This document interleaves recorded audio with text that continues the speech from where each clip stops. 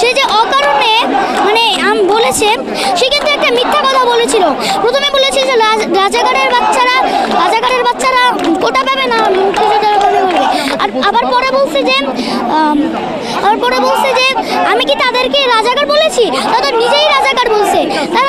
তাহলে সে কেন বলল মিথ্যা কথাটা? তুমি কি তোমার ভাইদের মতো বুক প্রসারিত করে দেবে? আমি অবশ্যই করতে চাই, আমি অবশ্যই করব, চাইলে আমি জীবনও দিতে রাজি আছি। জীবনও দিতে রাজি আছো? তাহলে আজকের এই আন্দোলনে কাকে নিয়ে এসেছো? আমার বাবাকে নিয়ে এসেছি। বাবার সাথে এসেছো? বাবা তোমাকে এখানে নিয়ে এসেছে? হ্যাঁ। তোমার ভয় লাগে না? না, আমার ভয় নাই, আমার মৃত্যুর কোনো ভয় নেই। কেন ভয় নাই? কারণ যেই ভাইয়েরা আমাদের ভবিষ্যৎ চিনে, মানে ভবিষ্যৎ মানে ইয়া করে যে শহীদ হয়েছেন, তাদের জন্য আমরাও জীবন দিতে পারি না? দর্শক, আপনারা দেখছিলেন যে আসলে এই আন্দোলনটি আসলে কোন পর্যায়ে গিয়ে পৌঁছেছে, সেটি এরকম একটি ছোট বাচ্চার কথাই আসলে কিন্তু বোঝা যাচ্ছে যে এখন এই আন্দোলনটি আসলে যেমন শিশু থেকে বৃদ্ধ আসলে সব পর্যায়ে কিন্তু এই আন্দোলনটা আসলে ছড়িয়ে পড়েছে।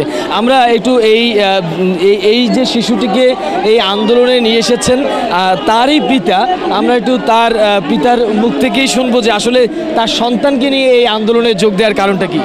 আচ্ছা, আপনি তো আপনার সন্তানকে নিয়ে এই আন্দোলনে এসেছেন, আসলে এতটুকু বাচ্চাকে নিয়ে আসলে আন্দোলনে আসার কারণ?